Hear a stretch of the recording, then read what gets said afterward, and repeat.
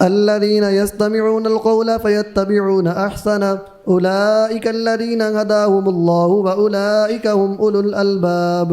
جو غور سے سنتے ہیں بات کو پھر اس کے بہتر کی پیروی کرتے ہیں، وہی لوگ ہیں جنہیں اللہ نے ہدایت فرمائی اور وہی عقل مند ہیں.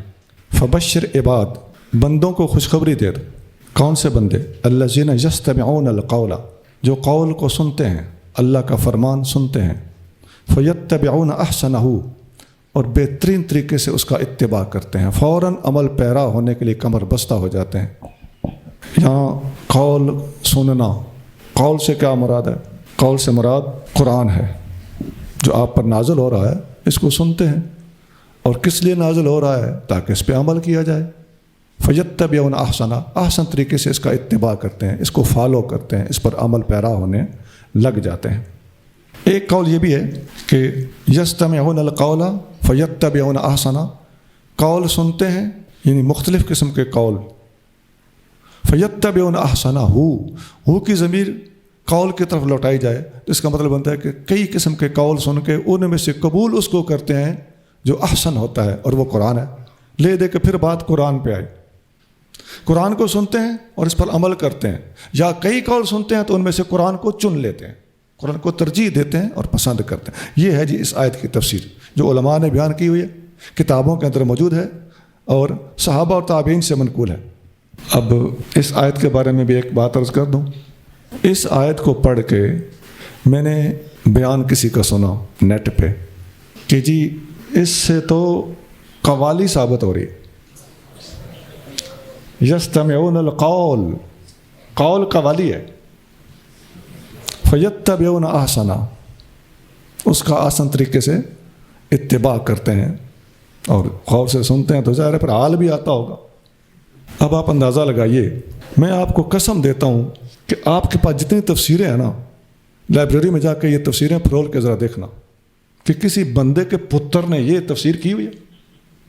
یہ آپ کے دین کے ساتھ مذاق کیا جا رہا ہے.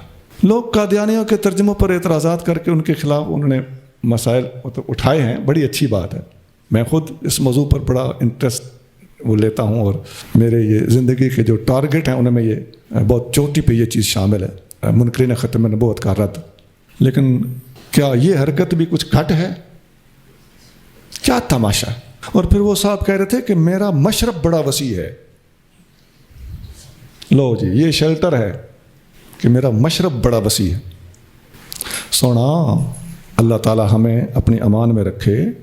شاید دنیا میں اور بھی بندے ہوں جو ان مشربوں کو سمجھتے ہوں، اور ان کا شاید 100واں حصہ بھی مشرب آپ کے پاس نہ ہو. خدا کی قسم، گم گما کے پھر پھرا کے سارے مشرب دیکھ کے، سارے مورد دیکھ کے، سارے گھاٹ دیکھ کے، سارے پتن دیکھ کے، بالآخر خدا کی قسم اگر احتیاط ملی ہے یا پناہ ملی ہے تو اس میں ملی ہے کہ کبھی بھی جمہور کا ساتھ نہ چھوڑو. لکھ لو، سمجھ لو میری بات، آخرت درست ہو جائے گی. ظاہر ہے جو اجماع سے ہٹا ہوا ہے، جمہور سے ہٹا ہوا ہے، قرآن و سنت کی وہ تعبیرات جو امت کی مختارات ہیں ان سے ہٹا ہوا ہے، وہ وسیع المشربی کا ہی بہانہ بنائے گا نا. تو کیا تیرے مشرب میں قادیانی بھی پاس ہیں؟ تیرے مشرب میں ہندو بھی پاس ہیں؟ کیا تم اور وسعت قلبی اعلیٰ ظرفی وسیع المشربی کا بہانہ کر کے کیا فرتھ جاف شون کی گود میں اسی لیے جا کے بیٹھے ہو؟ کیا سمجھتے ہو تمہیں تاڑا ہوا کسی نے نہیں؟ تمہارا دین سے اس وقت کیا تعلق ہے ہمیں اچھی طرح پتہ ہے.